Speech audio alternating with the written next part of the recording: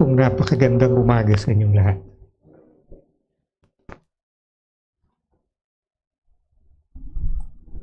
May Bible kayo dyan. Meron nga na isa. Bible. Naiwi ko yung Bible ko dito nung Wednesday. Kaharap ko. So, minsan pa po tayo natitipon sa pangalan ng Panginoon upang atin siyang purihin, pasalamatan at sambahin. Ating ialay ang ating puso at ang ating pakikinig sa pagkakataong ito para sa atin pong pangangaral. Binasa po natin ngayon mula sa Lucas nang ang Panginoon ay paglawan or dalhin ng banal na Espiritu for the very purpose of, parang, now, sabi, nilid ng Holy Spirit si Jesus para tuksuhin ni Satanas. Na huwag po natin isipin na itong bahaging ito ng kasulatan ay applicable sa atin. Okay, the Holy Spirit will never lead anyone to be tempted by Satan. Except of course for Jesus. Okay? Dahil yung special mission siya. Okay? So kaya huwag niyo isipin kailanman na gagawin sa inyo ng banal na Espiritu na dalhin kayo kay Satanas para tuksuhin. Hindi yun gagawin ng banal na Espiritu. Amen po ba? But then again, makita natin na sa pangyayaring ito, lalo na dun sa response o lalo na sa palitan ng Panginoong Yesus at ng Diablo, may ilang bagay na matututunan tayo. Una, hindi lahat na nagsasalita, nagko-quote o gumagamit ng Bible sa Diyos. Okay? Hindi ko mo binanggit yung pangalang Diyos o Jesus, i-consume mo yung mensahe. Kung paano hindi lahat ng nakasaya na pinapalabas pagka Lenten season tungkol kay Jesus. Tapos, kung napansin niyo yan, di ba, nung bata pa ako, lagi ako, excited ako pag Holy Week. Nag-aantay ako ng mga palabas na biblical. Ang natatawa ako, minsan yung mga channel pumipili ang pinapalabas, basta nakasaya yung mga tao, ipapalabas nila pagka Holy Week. Kasaya yun, kaganto. So, hindi ko mukhang tungkol sa Diyos, tungkol sa Diyos. Nakita natin dito, even Satan is capable of using the Bible.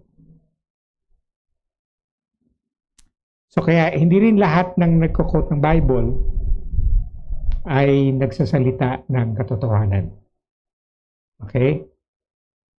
Pero kinakailangan masanay tayo at matutunan natin ano bang katotohanan. Okay? Na ang Panginoong Yesus minsan nagsabi, ako ang katotohanan. Ang daan at ang buhay.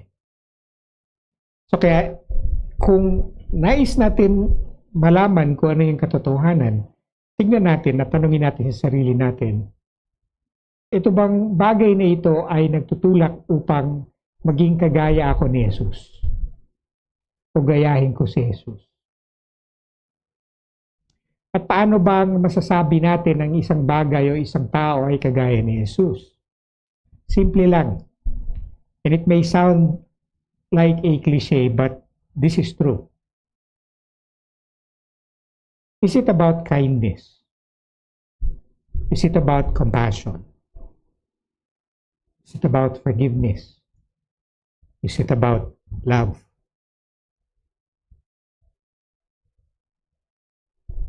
And we should be reminded also of the fruit of the Spirit. Gentleness, kindness, etc. That is how you know that certain thing is true. Okay? Now, and a certain thing is of God.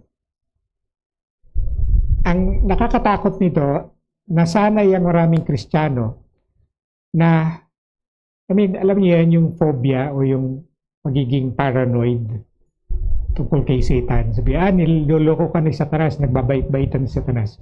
Totoo, nagbabait-baitan, pero kinakailangan kilalanin mo yung totoong mabait. Di ba? Totoo, pwede magbait-baitan si Satanas. Kaya naman, di ba, ako maraming kilalang Kristiyano, ganyan. Di ba, every time they see something which is good, kind, sabihin nila, si Satan yan, niloloko tayo. That's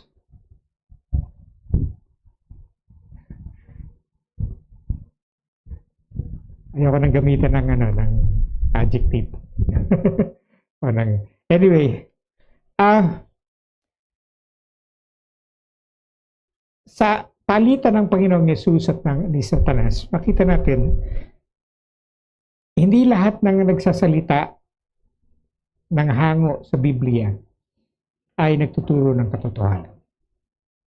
Okay? So kaya maging matalas tayo dyan. Hindi ko mo nag-quote ng Bible, diba? Tapos, so nasabi ko na kanina. Anyway, and then pangalawa,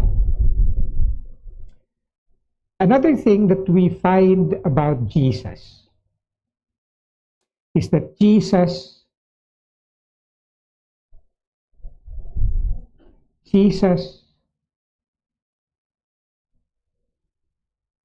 the perfect image of God, is admirably humble. Yung humility ni Jesus, hindi mo ma-imagine na si Lord very humble. Diba? We were given the impression that God, having all the rights, diba, in the world, in the universe, He can be haughty if He chooses to. He can be arrogant if He chooses to. He can abuse His power and refuse responsibility. Diba? And kill an entire race of people because He is God. Diba? We believe somehow, even in Christianity, we were led to believe in an image of an irresponsible God. Killing a whole race is not responsible. Kaya sabihin natin, because He is just and holy. And He did that in His wisdom. No. God is not irresponsible.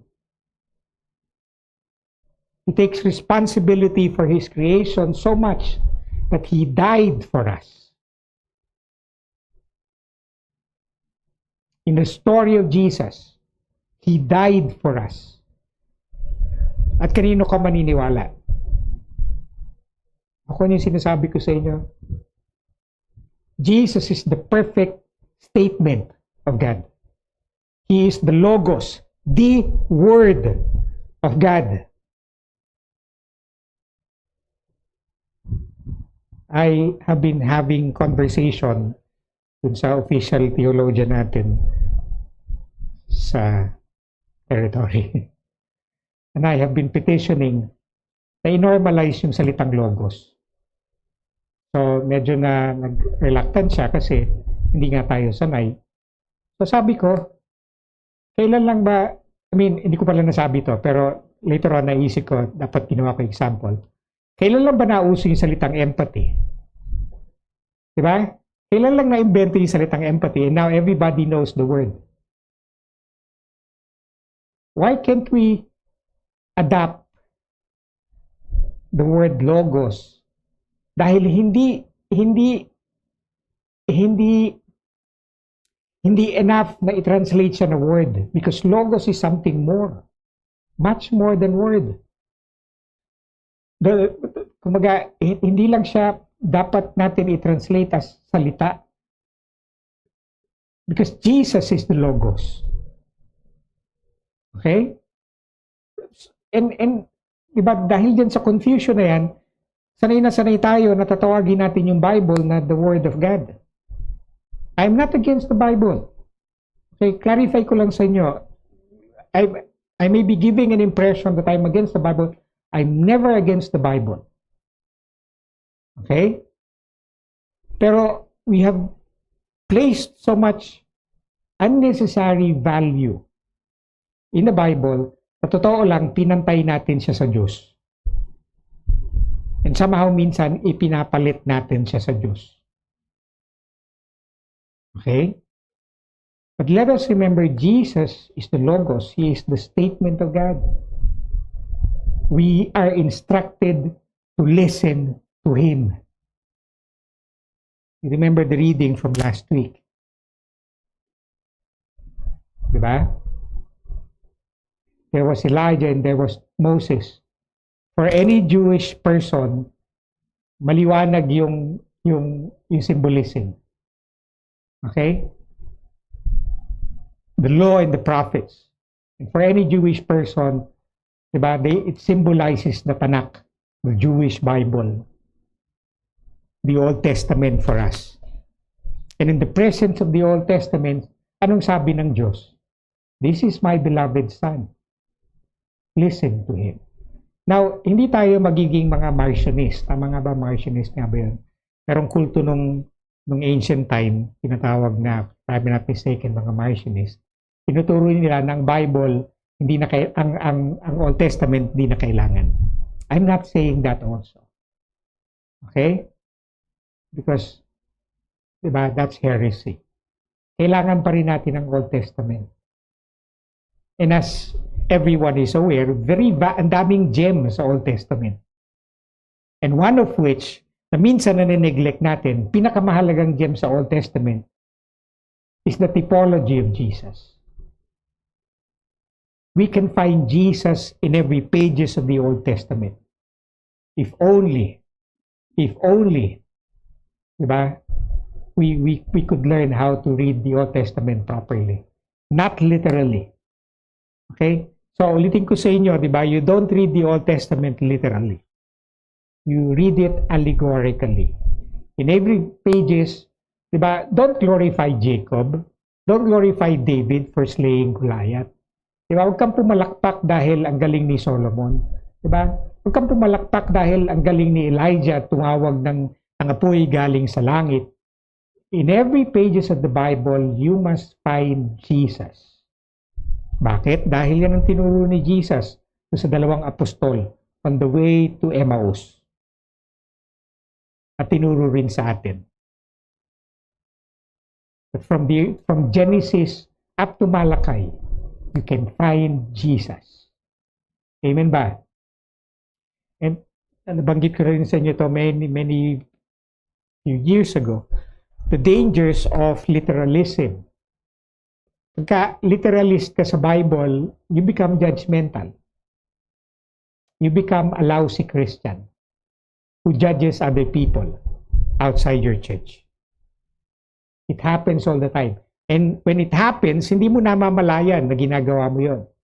You feel righteous. Tingin mo tama yung ginagawa mo.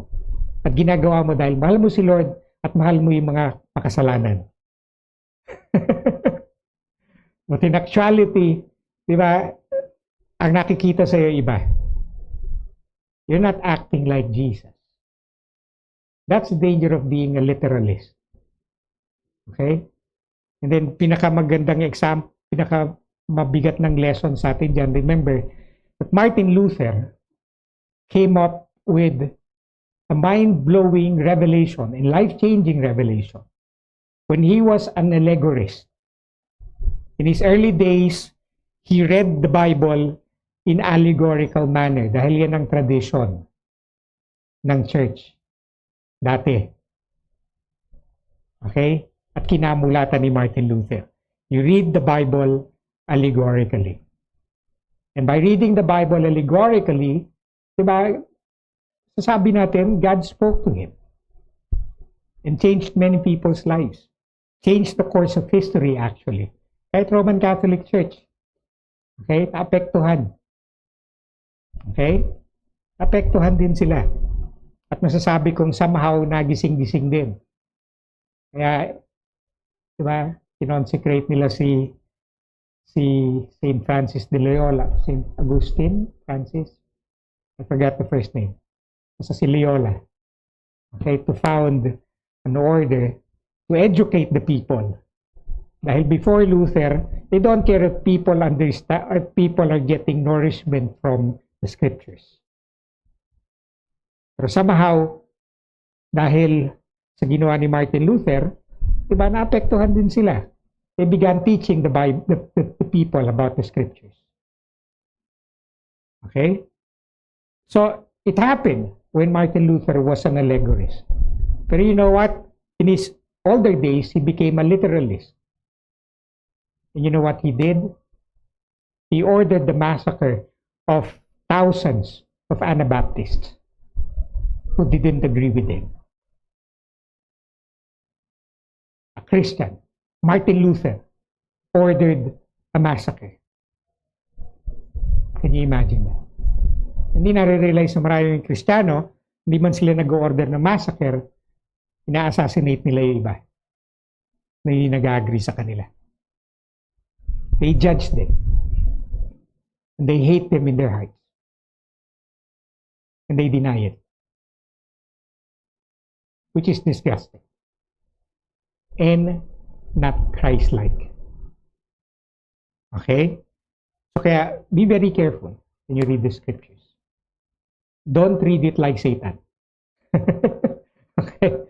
Satan nagbabasa rin ng Bible at nagko-quote din ng Bible. And Jesus knew exactly how to respond.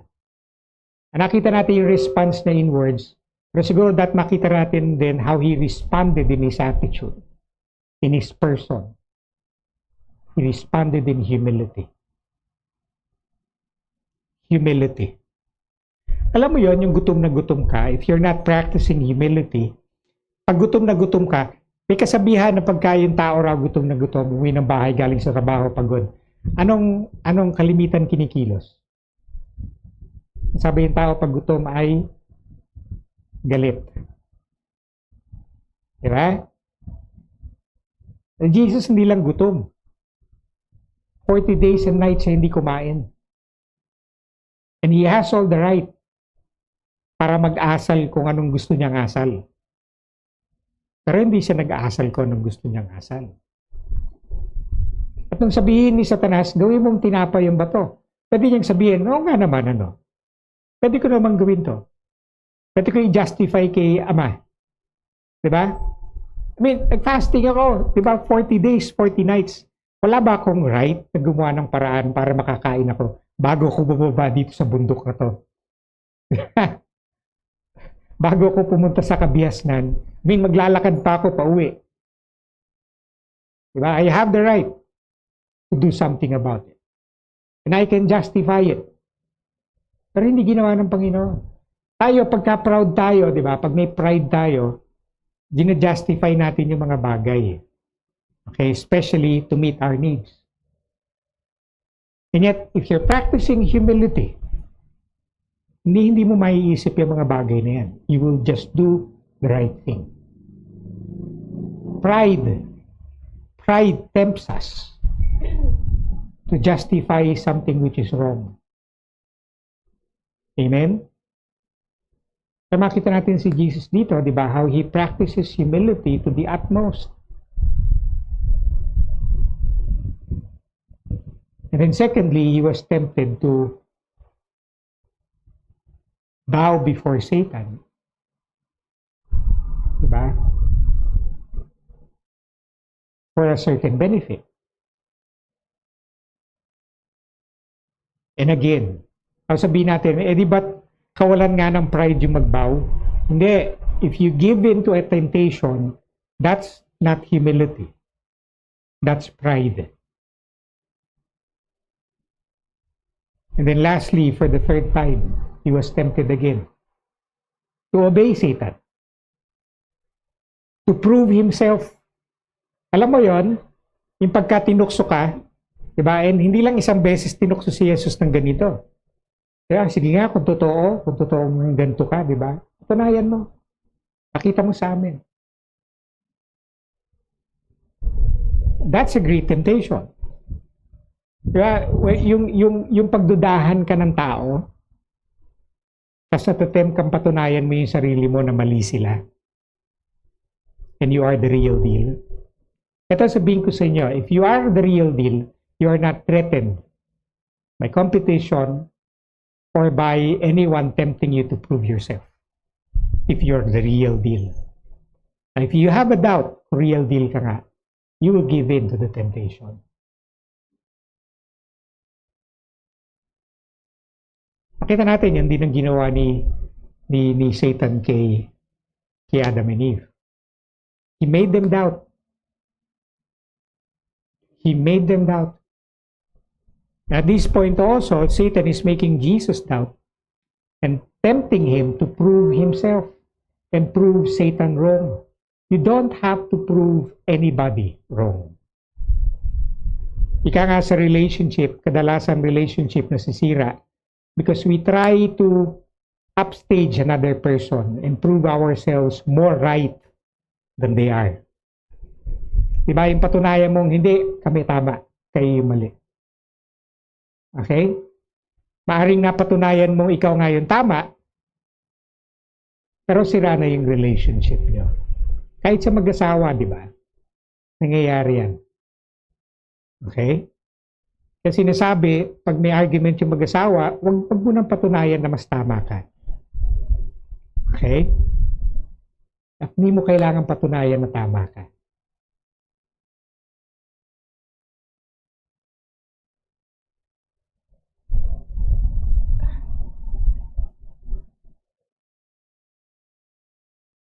Ang mahalaga, nandyan ka para sa kanila.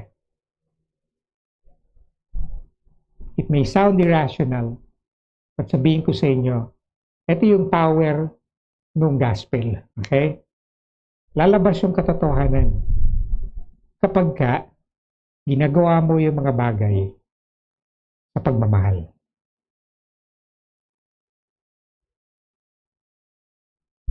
Hindi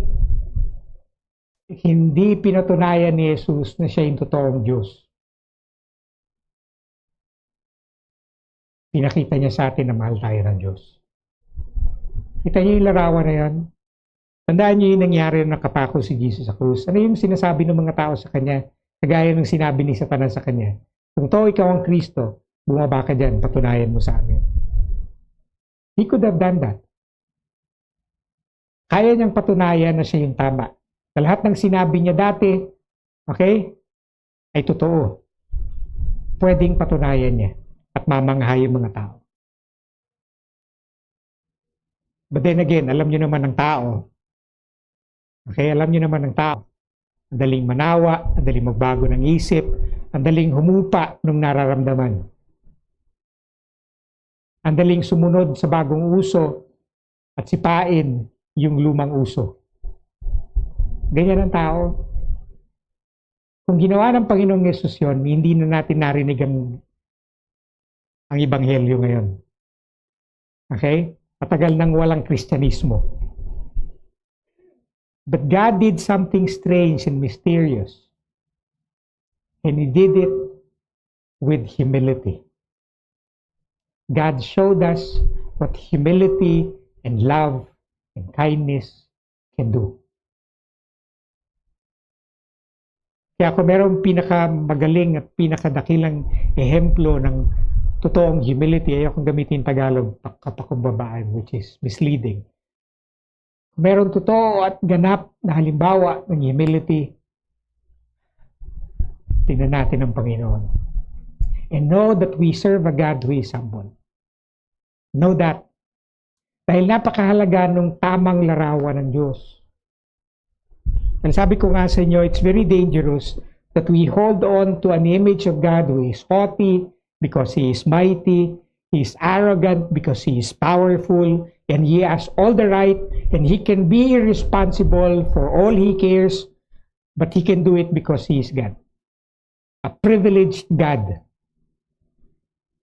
It's very dangerous kapag ka nasa isip natin parati ang ganyang maling larawan ng Panginoon. Dahil kung ano yung klase ng larawan ng Panginoon na meron tayo, Yun tayo nagiging. Yun tayo nagiging. Pero tandaan natin, even subconsciously, alam natin na ginawa tayo ayon sa wangis larawan ng Diyos. Kaya may mga tao who are misled and misguided and deluded, ayaw man nilang aminin, pero nag-aaktong Diyos sila. Nag-aasal Diyos. Gusto nilang masunod kasi akala nila ang Diyos na susunod lagi. Sino sa inyo yung nag-aakala na ang Diyos na susunod lagi? Sinusunod niyo ba lagi ang Diyos?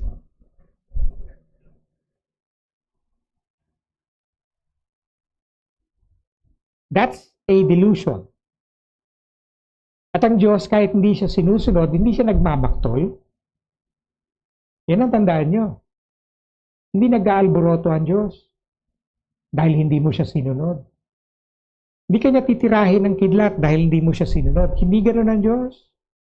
Kanya ang tao na gustong masunod, pagka hindi siya nasunod, anong gagawin? Sasamain ka sa kanya. Kasi yun yung larawan ng Diyos na meron siya. Akala niya ganun ang Diyos. At akala niya, at the back of his mind, he's not aware, pero somehow naka-imprint sa atin yan, akala niya ganun din tayo dapat.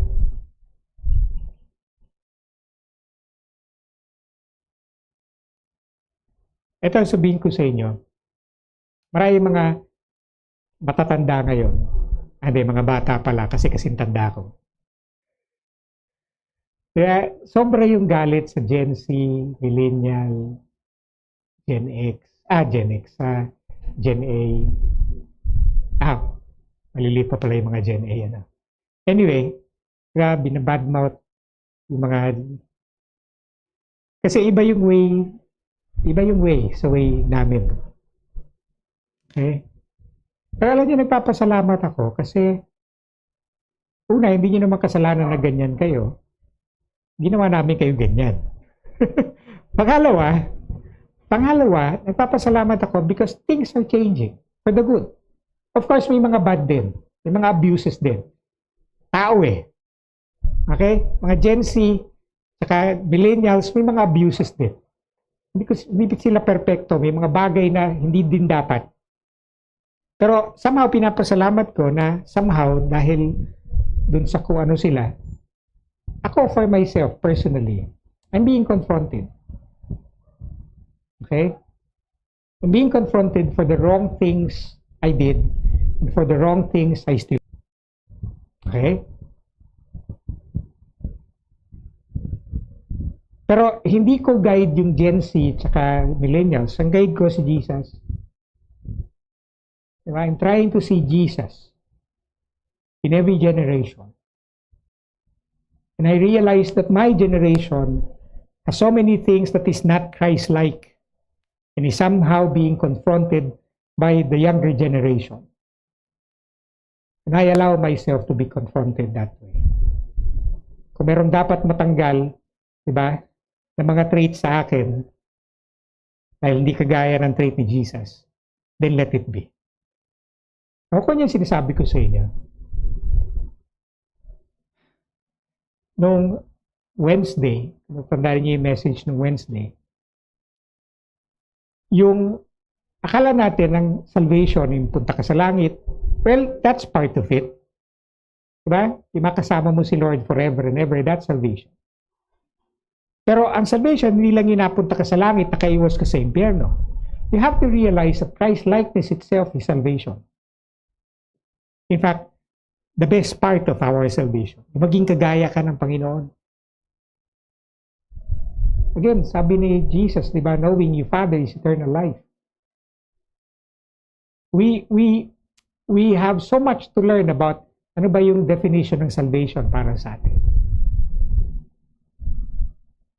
I mean, yung maging mas mabait ka kaysa sa dati, that's salvation. Yung maging mapagbigay ka kaysa sa dati, that is your salvation. Yung maging mapagpatawad ka, that is salvation. You have to understand that. Yung lahat ng ginagawa sa atin ng Panginoon, yung binabago tayo, that's salvation. Kaya let it happen. Do not resist it. Welcome it. Welcome it. Hindi yung nag-aantay lang tayo ng rapture. Dahil akala natin yun yung salvation. I mean, can you imagine a heaven full of people na hindi nagbago? Di ba? Dahil hindi nila na-appreciate yung pagbabago. Nagbago lang sila enough para mapunta sila sa langit.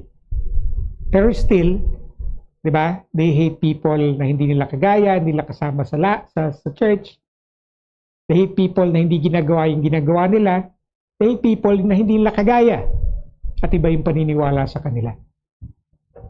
Can you imagine that? Kaya na-imagine ko tuloy yung langit na kagaya ng Job. Kwento ko na sa inyo ito, di ba? Si Kulas na matay, pag pasok na sa langit, sinamahan siya ng anghel. Then pag pasok niya sa langit, tinuturo siya, orientation ba? Nagulat siya, ang dami mga walled city, parang Intramuros, mas matataas pa yung pader. Tapos tinanong ngayon niya yung anghel, sabi niya, ba't may mga ganito dito?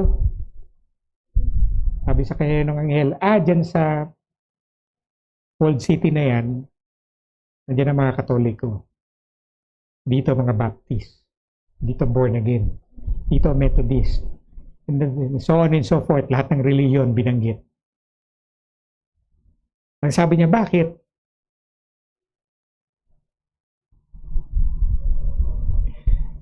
Kasi ayaw ni Lord na mabasag yung trip nila. Yung paniniwala nilang sila lang ang nandito. Kaya kumbaga si Lord na nag-adjust. Can you imagine a heaven like that? Diba? So you have to understand what salvation actually means. As we are being transformed by the image of Christ, by the Word, the Logos, Jesus, washing us clean, we are being saved. Matanda natin ang salvation, hindi one-time event yan. It's a process. It happens every day. It happens every single day of our life to eternity. Sa Romans nga ba yung binasa natin ngayon? Binasa natin, 1 Corinthians, Romans 10, okay. Familiar verse, if you confess Jesus with your mouth, believe in your heart, you'll be saved. Basahin mo yung context. Una, ang sabi ni Pablo, sino magsasabi na, basahin ko na nga. Excuse me. Romans 10. Anong verse yan? 6.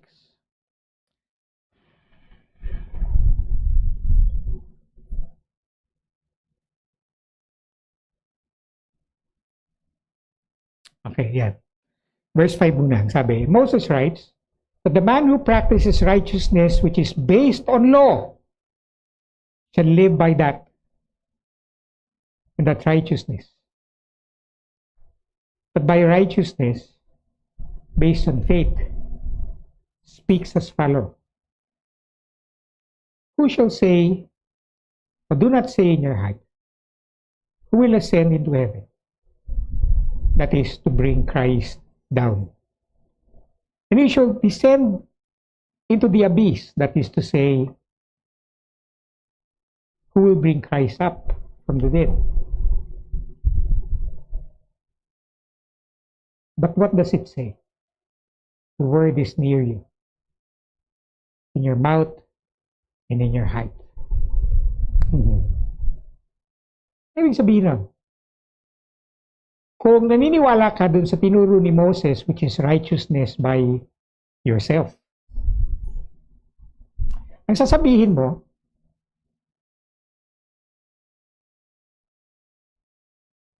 abay dapat puntahan ko si Lord. Kung nasa langit siya, puntahan ko siya doon. Kung nasa abyss siya, Tulungan ko siya. Isn't that arrogance? But salvation by faith doesn't say that. We do not presume that. You do not presume that. But instead, you are certain, you are confident that Christ is near you. Hindi mo kailangan sunduin si Lord sa langit. Hindi mo kailangan tulungan si Lord na mabuhay mula sa mga patay.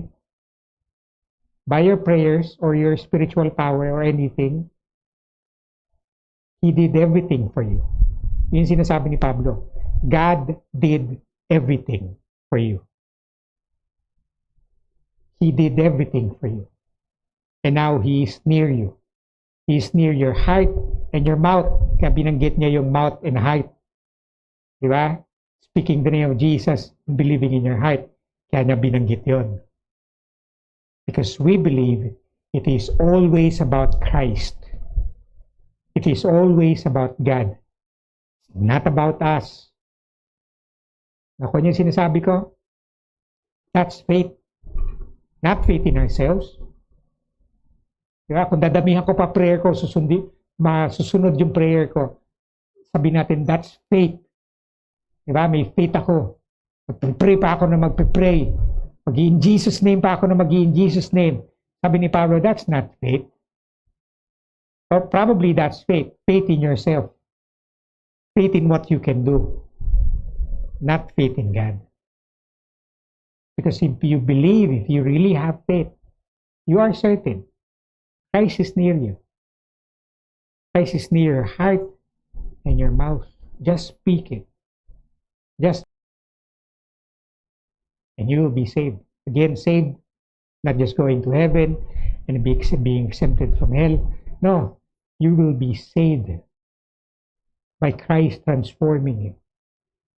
Because He is near you. Amen? And you know He never departs from you. He never leaves you nor forsake you. That's faith. Hindi yung nataranta ka kasi nasa na si Lord. Hindi nasa na si Lord. Hindi nawawala si Lord. Tayo minsan yung nawawala, pero si Lord hindi nawawala. And with that confidence, you are safe. Amen? With that confidence, you are safe. Believe in the goodness and the righteousness of God. At sinasabi ko nga sa inyo ngayon, itapon na natin yung mga maling image ni Lord. Alam mo ba, totoo to ha. Itinatawag akong spiritual shift. Tawag ko lang yun. In-examine ko pa kung tama yung wording ko. Anyway, what I mean by that is minsan masyado tayong karnal or nakafocus tayo sa laman, physical.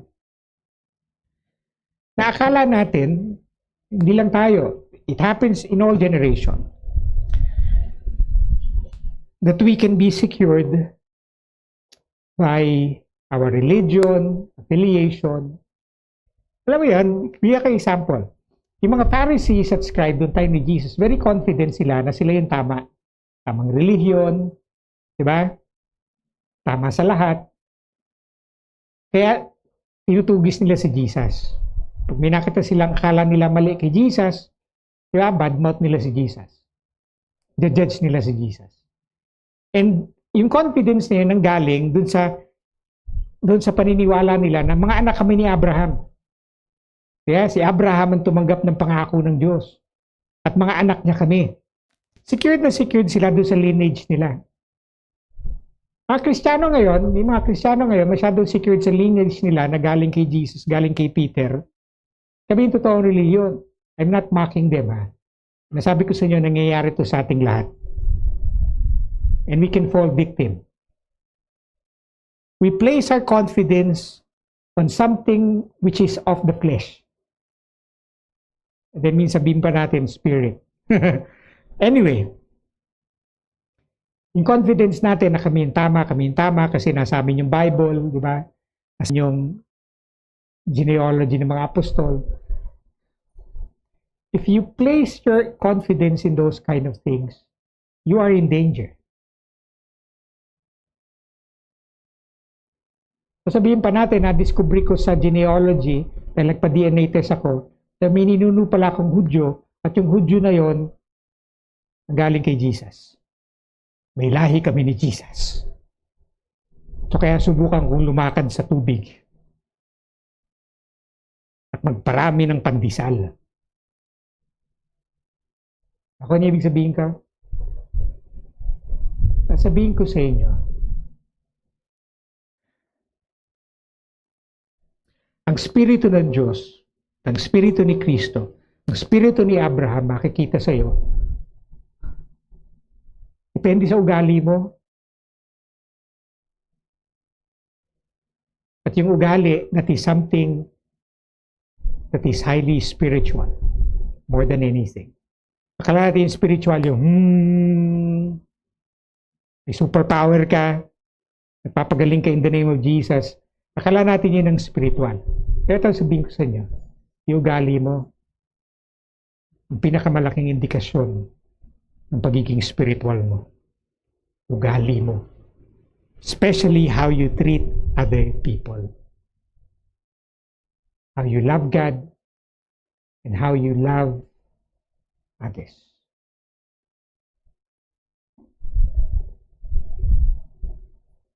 Minsan dahil dun sa Ephesians 2:9, tinapo natin yung mabuting ugali.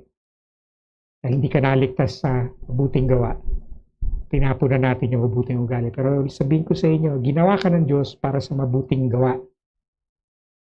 That's Ephesians 2:10. Amen? Niligtas ka ng Diyos para sa at papunta sa mabuting gawa. Amen ba? We are God's workmanship created for good works in Jesus Christ. That's what your salvation is about. Kaya hindi mo tatapon yung mabuting gawa. Gagawin mo alang-alang kay Jesus. Amen ba? Alang-alang kay Jesus. So, nais kong tapusin.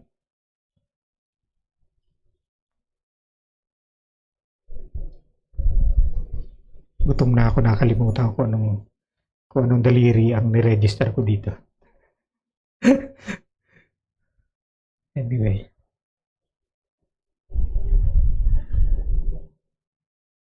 Ay. So, nais kong basahin itong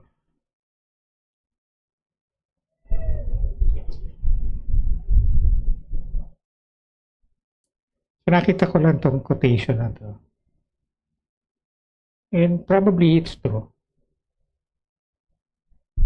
Hindi ko natandaan kay Arvin ko yata o kay Ronel. Hindi, imposibleng kay Ronel. Anyway, so nakita ko tong post na to kagabi. Supposedly sinabi ni St. Francis about Lenten season. Fasting, ano? Sa'yo nga. Okay. Galing kay? Noli.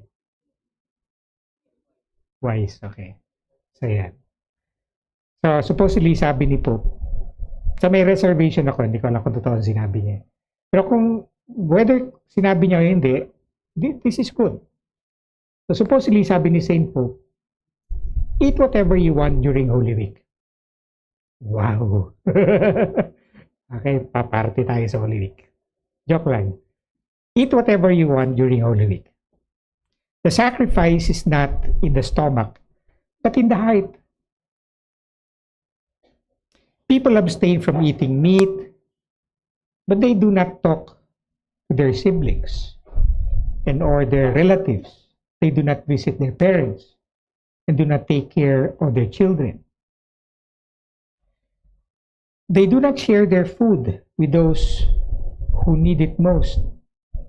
They distance their children from their fathers, mother, or grandparents They criticize the lives of others, mistreat their partner, etc. Meat does not make you a bad person, just as fish, fillet, does not make you a saint. So better to seek good relationship with God by doing good to others. Let us be less arrogant and more humble of heart. Amen.